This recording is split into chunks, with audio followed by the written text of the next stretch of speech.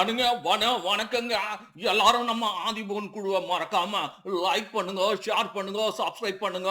அப்பப்ப இந்த கமெண்ட்ஸ் ஏதோ சொல்றாங்களா, அதையும் கொஞ்சம் பார்த்து போட்டு விட்டுருங்க. நன்றிங்க.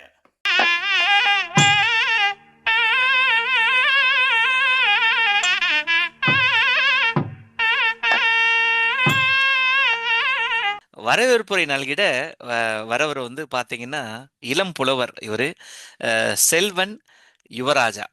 ஸோ ரொம்ப மகிழ்ச்சி என்னன்னா நம்ம ஆதிபகவன் 4வது இலக்கண குழுவோட சேர்ந்து குறுகிய காலத்தில் வெண்பா ஆசிரியப்பா விருத்தப்பா மட்டும் இல்லாமல் இப்போ வஞ்சிப்பா மட்டும் இல்லாமல் இப்போ கட்டளை கலைத்துறையும் எழுதுகிற ஒரு புலவர். அற்புதம்.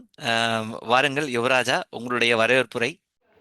மலர்மிசை எகினான் மானடி சேர்ந்தார் நிலமிசை நீடு வாழ்வார் என்ற குரலை கூறி ஆதிபகவன் திருவள்ளுகளை பணிந்து என் உரையை தொடங்குகிறேன். அனைவருக்கும் இனிய மதிய வணக்கம். செவிக்கு அழகு அறம் கேட்டல் என்ற சான்றோர் மொழிக்கு இணங்க அறத்தை கேட்கவும் நல்லற சிந்தனைகளை பருகவும் இணைய வழியில் இணைந்துள்ள தமிழ் நெஞ்சங்கள் சான்றோர் பெருமக்கள் அனைவருக்கும் ஆதிபகவன் குழுவின் சார்பாக எனது பணிவான வணக்கத்தை தெரிவித்துக் கொள்கிறேன். ஆதிபகவன் குழு பெருமுடன் வழங்கும் இலக்கிய உரை தொடர் இணைய வழி நிகழ்வு 3க்கு உங்கள் அனைவரையும் இருகரம் குப்பை வரவேற்பதில் நான் மற்றற்ற மகிழ்ச்சி அடைகிறேன். எந்த ஒரு நற்செயலும் ஆதிபகவன் திருவடிகளை வணங்கி தொடங்கப்பட வேண்டும் என்பது மரபு. அந்த வகையில் முதலாவதாக தனது இனிய குரலில் இறைவணக்கம் பாடி மங்களகரமாக இந்நிகழ்வை தொடங்கி வைத்த செல்வி யாழினி விமல் அவர்களை அன்போடு வரவேற்கிறேன். ஒரு சிறந்த நிகழ்வுக்கு சிறந்த தலைமை அமைய வேண்டும். இந்நிகழ்வுக்கு தலைமையேற்று தனது அறிவார்ந்த சிந்தனைகளாலும் அனுபவ முதிர்ச்சியாலும் நம்மை சிறப்பாக வழிநடத்தி கொண்டிருக்கும் மரியாதைக்குரிய எங்கள் ஆசான் கவிராசர் மகாராசர் ஐயா அவர்களை பணிவன்புடன் இவ்வவைக்கு வரவேற்கிறேன். அடுத்ததாக இன்றைய மாபெரும் நிகழ்வின் நாயகர் வாமனர் கூறும் சமநெறி என்னும் மிகச்சிறந்த ஆழமானதொரு தலைப்பில் நமக்கு இலக்கிய உரை வழங்க வருகை தந்துள்ள சிறப்பு பேச்சாளர் திண்டிவனம் புலவர் இளங்கோ திருமொழி ஐயா அவர்களை வரவேற்பதில் மகிழ்ச்சி. ஐயா அவர்களின் மொழி ஆளுமையும் உள்ளத்தை கட்டிப்போடும் மிளிரும் தத்துவ கருத்தும் நாம் அறிந்ததே. நல்லற சிந்தனைகளை விரிவாகவும் நன்றாகவும் அளிப்பதில் சிறந்தவரான ஐயா அவர்களின் எழிலுரையை கேட்க நாம் அனைவரும் ஆவலுடன் காத்திருக்கிறோம்.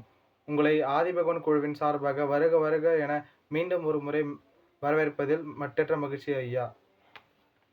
இந்த இனிய நிகழ்வின் சுவை குறையாமல் இறுதி வரை உடனிருந்து நிகழ்வில் நிறைவில் நன்றியுரை ஆற்ற உள்ள மதிப்பிற்குரிய புலவர் கோவை புலவர் ரவி ஐயா அவர்களையும் மங்கள வாழ்த்து பாடி இனிதே இந்நிகழ்வை நிறைவு செய்ய உள்ள திருமதி சசிகலா கமலகுமார் அவர்களையும் பணிவன்புடன் வரவேற்கிறேன்.